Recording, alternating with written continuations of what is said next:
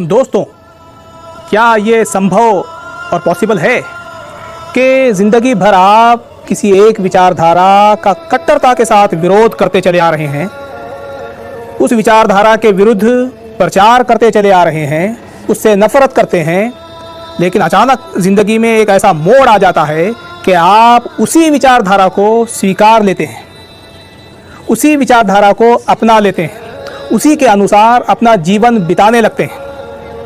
क्या ये संभव है? हाँ, ये संभव है, ये मुमकिन है। ऐसा ही हुआ एक बहुत मशहूर डच नेता के साथ, जिसकी कहानी दुनिया में बड़ी मशहूर हुई। उस नीदरलैंड के डच नेता का नाम मैं आपको बताता हूँ। उनका नाम है एर्नोल्ड वॉन डुर्न।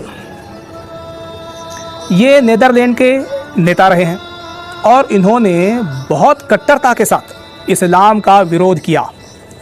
बहुत ही शिद्दत के साथ इन्होंने इस्लाम के विरुद्ध प्रचार किया। वो खुद क्या कहते हैं, ज़रा सुनिए।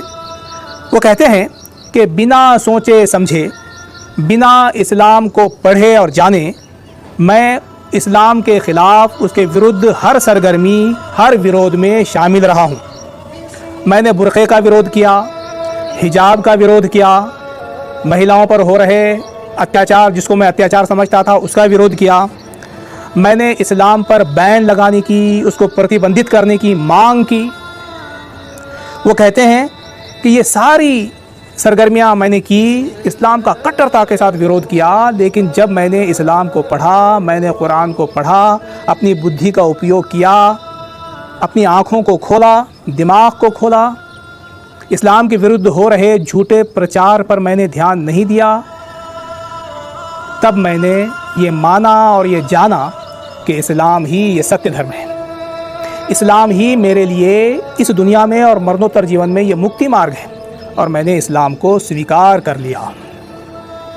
आप इस डच नेता की हिस्ट्री और उनका इंटरव्यू गूगल पर पढ़ सकते हैं। अब प्रश्न ये उठता है कि नीदरलैंड का इतना बड़ा आदमी, जिसने इस्लाम के विरोध में खूब प्रचार किया, इतना बड़ा नेता, ये इस्लाम स्वीकार कर लेता है, तो प्रश्न तो उठता है कि आखिर इसको क्या लालच दिया गया होगा? आखिर इन्हें किसने डराया और धमकाया होगा? किसने इसके गर्दन पर तलवार रखी होगी कि इस्लाम स्वीकार कर लो?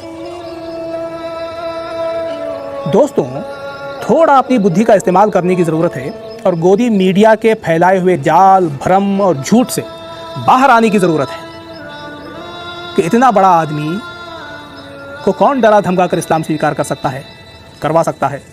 कोई भी नहीं। यानी ये बात साबित होती है कि किसी की श्रद्धा का बदलना, किसी के अक़ीदे का बदलना या किसी का धर्म परिवर्तन होना, ये ज़ोर ज़बरदस्ती वाला मामला है ही नहीं। कोई भी किसी को ज़ोर ज़बरदस्ती करके, लालच देकर, डरा और धमका कर इस्लाम स्वीकार नहीं करवा सकता। ये और भी बहुत सी बड़ी बड़ी हस्तियां हैं जिन्होंने इस्लाम को स्वीकार किया, इसलिए स्वीकार किया कि उन्होंने उसको पढ़ा, जाना और समझा। उम्मीद है आप हमारी बातों को समझने का प्रयत्न ज़रूर करेंगे।